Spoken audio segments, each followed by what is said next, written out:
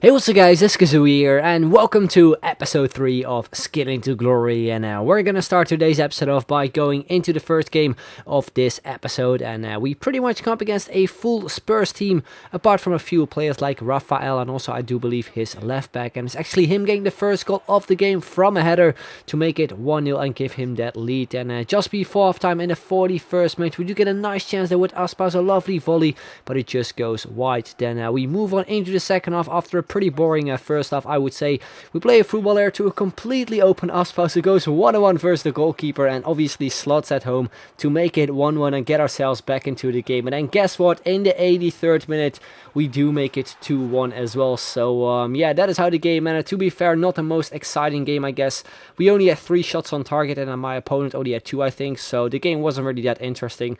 But anyway, we move on. I was about to go into my second game, but then I noticed that a lot of players needed a contract, so I applied them. And also I saw that Aspas was injured, and also most of the players were low on fitness. So I decided to play a quick offline game with my fitness squad just to get all the players in my main squad on full fitness instead of just buying fitness cards, which in my opinion is a little bit of a waste of coins, especially that early in Ultimate Team. But anyway, we move on into the second game and we come up against this squad in the 4-5-1 formation. A lot of players there from the Liga BVA, mainly from Atletico Madrid. But anyway, we start off pretty well. Look at that for a pass there from, I do believe it is Castro, and now look at that for an awesome volley there from Sal. Would have been an amazing goal. And you can maybe compare that situation to the goal that Pele scored this weekend for Southampton. Absolute amazing goal. But anyway, we carry on. We get another chance there with Canales this time around after a few skill moves. But again, his goalkeeper was seriously everywhere, especially in the first half. Then in the 45th minute, we do get another chance, but guess what? His goalkeeper was there again to save it. Then we're in the 50th minute, only a few minutes into the second half.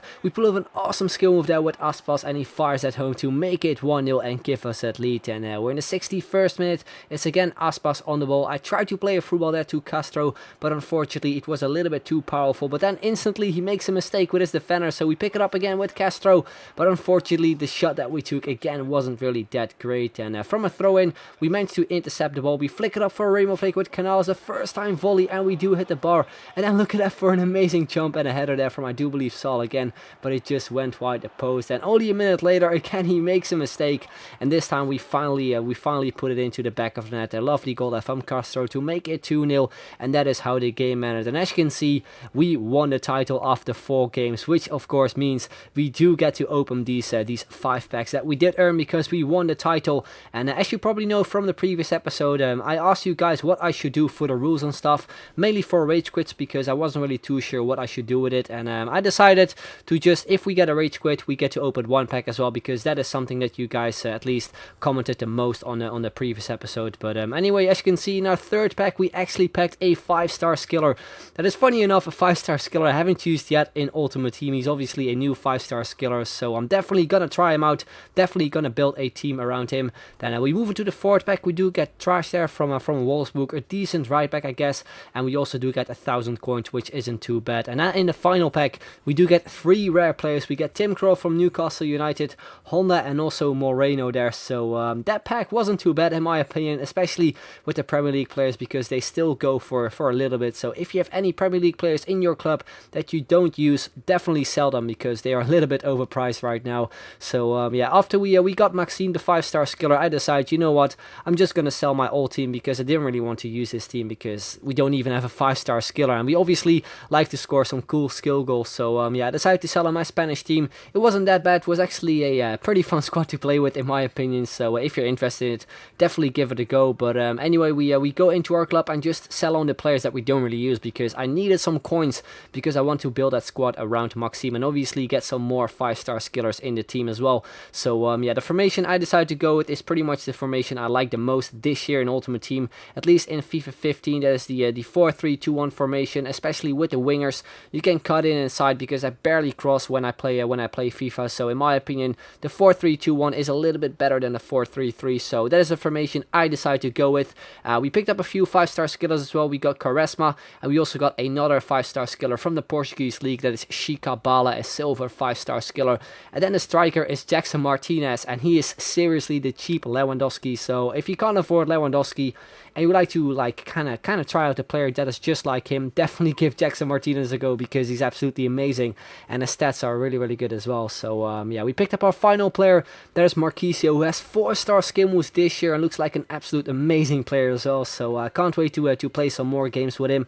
But anyway, this is the squad. A few players were low on chemistry. I think Shikabala, Quaresma, Maxime, and maybe Carvalho as well were on 8 chemistry. So yeah, that is something I still had to sort out. But overall, the team, in my opinion, looked very nice. So if you're interested in the full squad and want to know what the prices and stuff, then there will be a link in the description down below to a affiliate link, so you can check all that kind of stuff out. But anyway, we move on. We picked up a few position modifiers for Quaresma. Like I said, he was on 8 chemistry. Same went for Shikabala, so we decided to convert them.